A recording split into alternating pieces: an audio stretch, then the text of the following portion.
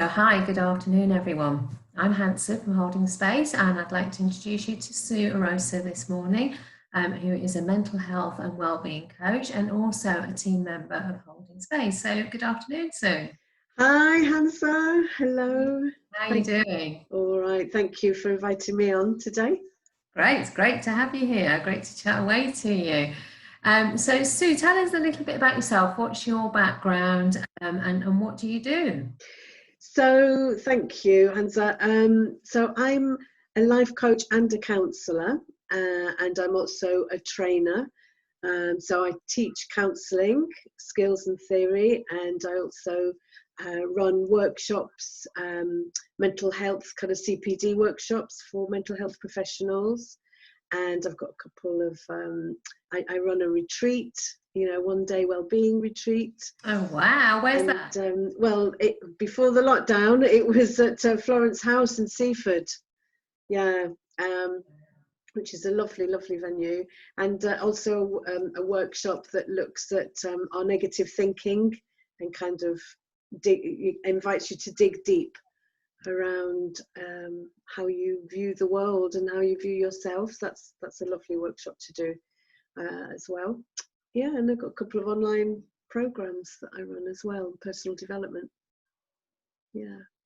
Fantastic. So it sounds like you do quite a lot there. Yeah, I love it. I love all of it. I just wish there were more hours in the day, don't we all? And do you do one-to-one work at all? Do you do I do. yourself? Yeah, and so I'm still counselling and supervising qualified counsellors and coaches as well. So yeah, one-to-one client work. So now through the lockdown, most of us are kind of having to do our work online. So it feels a bit different, but it's still possible. Yeah, absolutely. So talking about the lockdown, how have you coped with the lockdown? What's the impact it's had on you personally? Also, adapting to this massive change. Absolutely. So there's been negatives and positives, which I'm sure is the same for most of us. So the negatives have been that it was a very fast kind of transition into, how to adapt all my work life onto basically this screen in front of us, how to do it all through cyberspace. And because luckily, actually, I had, I was used to using Zoom. And so it's not a different kind of platform for me, and so social media I'm quite used to, so that's been, thank God, quite a blessing. But actually I had to manage that transition very quickly for students that I was training, and actually at first I was dealing with it really well, and then I remember just one day, I just kind of crashed. I think you get to that, they hit a wall sometimes. I think when you just keep going and feeling quite sad, and I couldn't pinpoint why. I didn't know if I was tapping into the collective sadness and anxiety maybe, but I just remember just feeling quite wobbly, having a couple of days, which occasionally I have, a couple of wobbly days now and again. And I think it's it's just thankfully, because I know how to kind of get out of those states, I'm able to kind of pull myself through and feel what I need to feel. And I suppose that's how, to answer your question about coping, that's one of the ways I cope, is to kind of just tap into how am I feeling, and just allowing it to be, and not trying to overthink, where's it coming from, is it this, is it that, but just, okay, breathe into it, this is how I'm feeling, and it will pass. I think that's so important to remember, it will pass.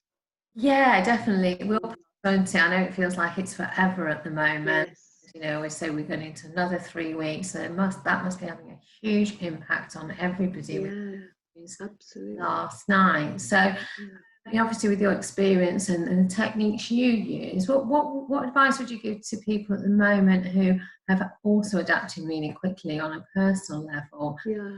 How to cope with this extended lockdown, but how can they cope? What they do for themselves?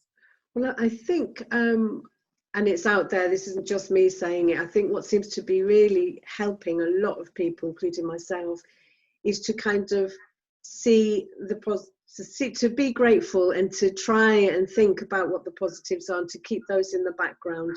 And that's not to take away from the reality that some people are having to experience right now. You know, so it's easy to say, isn't it? Be grateful, but actually, if you can drip feed that kind of different, perhaps, way of thinking, to retrain the brain, it can have amazing results. And it is drip feed. It's that kind of having patience with ourselves. A, this will pass. B, I need to be patient. C, what can I drip feed into my brain, into my way of being, that's going to have long-lasting effects. It's almost like training ourselves or retraining ourselves to be and feel, I don't know, differently, perhaps feel more positive. But it's something we have to work on. And so how could they do that? How, and you know, we do talk a lot about gratitude, especially in the work we all do. How do you start that process when, you know, a lot of people anxious, they're fearful, that's right, at home? How do you even not to think positive or that mindset? Absolutely. Begin. So it's a will, it's a decision that you make to say, right, I'm going to now start trying to see things differently. It's almost like an experiment, even though you might not feel like it. So it's a case of, if you are lucky enough to get out to do some walking, for example, walking in itself, movement in itself is fantastic.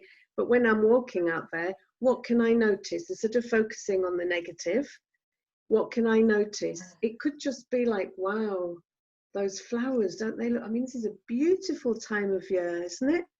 Isn't it? And when you go out there and you just see these blooms on the trees and the flowers, it's those things that bring us into the now, to make, you know, really mindful kind of approach. Or you might see a dog or a cat or an animal or people smiling at each other. It's training yourself to notice stuff that's going to make you feel good. So that's one thing. Breath is another thing. Breathing. We all breathe, but it's amazing how shallowly we breathe, which keeps us locked in that state of anxiety. So if we can begin to kind of breathe perhaps a bit more deeply, take a breath in, hold it. Can you breathe a little bit more in, and then just gently breathe out, like you're breathing out a mist and it's rolling on the floor, on the ground around you. That's a beautiful practice. Yeah, I like that. I like that. Yeah, very visual. Yeah, that's lovely. Yeah. So yes, there's breathing, that's mindful awareness of what's around you, and deliberately making that choice about trying to turn things around. So I'm feeling really crap today. It's okay, you can feel what you feel, you have to feel what you need to feel, but then know that it will pass. Allow that feeling to pass through you almost, you know, and then when you start to feel a bit better, your different space, you know, day by day, doing a few of these kind of techniques, I suppose. It's kind of changing an attitude. Can you have a routine built into your day, you know, where you're just doing even 5 minutes or 10 minutes of slow movement, fast movement, dancing to the radio. By moving, getting off our chair and moving to a different place in the flat or the house, or moving outdoors, that can create a shift in our energy, and so our perspective can change. You know, so if you're lying in bed for long periods of time, can you make yourself get out of bed? Yeah. Can you make yourself pull the curtains, you know, and breathe in the day? Just that, because sometimes that's all it takes to create a little shift, and that's as much as you might be able to do, you know. But that's a massive step, isn't it? If you do that, like you said, that 5 minutes, build that 5 minutes into your life or in the day, I think that's a massive step to take. Yes, absolutely. When you're not used to it and you are feeling very fearful and anxious. Yes. And from what you're saying, it sounds like it's the simple things. It's the simplest of things that can have the profoundest of changes. Quite often, you know, it's the stuff that's easy to say, but once you put it into action, it can have long-lasting effects beyond lockdown, you know. And it's that commitment to your self-care, to know that you're important enough that you can hold your own back, kind of thing. Universe has got my back, I've got my own back, and that's massive. Reaching out to people as well. Yeah. You know, we have these virtual platforms now. There's lots of forums out. There's the Holding Space one as well, where people can go to this online drop-in support groups. You can join my personal growth hub, where I've got a group going there now as well. So tell us a little bit about that. Yeah. So that's my Facebook group. It's called Personal Growth Hub, and it's really a forum for people to. It's a private group. It's a supportive space. It's not therapy, but it's therapeutic, and people share ideas and coping strategies and techniques. But it's also that commitment to developing your self-awareness and self-development. So, you know, how can I be all that I can be? How can I learn to love myself more? That kind of stuff, which is, you know, brilliant. Yeah, it's really. So you're a member of Holding Space and have connected, obviously, with the organisation. Tell us why. Why did you get involved with Holding Space? Well, first of all, you contacted me and you came to our new centre. So I run a wellbeing and training centre with my husband, Graham, South Coast Wellbeing and Training, just get that in. And so you met me there and had a look at the centre and everything. We got on really well, and you told me very eloquently and very passionately about this venture of yours. And you feel it so much, and it is so your mission of really wanting to reach out and help people who find life really a struggle, you know, and challenging. And you hooked me in the nicest possible way.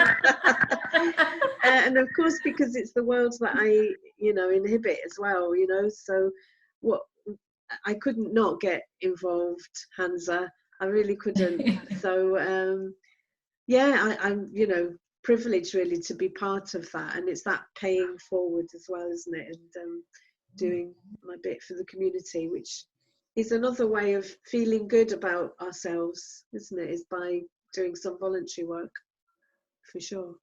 Yeah, definitely, and we're lucky to have you as part of the team, Sue. Which is lovely. Thank you. It's fantastic. Yeah. Thank you for that. So what would you leave? So to end on some really simple, I know we've talked about breathing, we've talked about the gratitude and little things that people can do. What would you say to people at the moment that really are kind of, you know, listening to this and need that little pick me up and support, or just to know that they're not alone?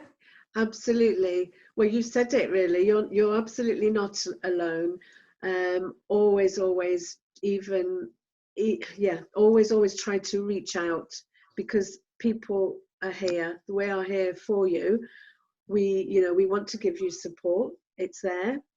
You know, we don't need you to be anything other than yourself. Just kind of reach out, and there's no kind of, you don't have to share everything to complete strangers straight away or anything like that. It's these groups that Hansa's put together are lovely. They're really holding, and people in there are so supportive, and so yeah, do reach out and connect, because that will be huge. That could make all the difference.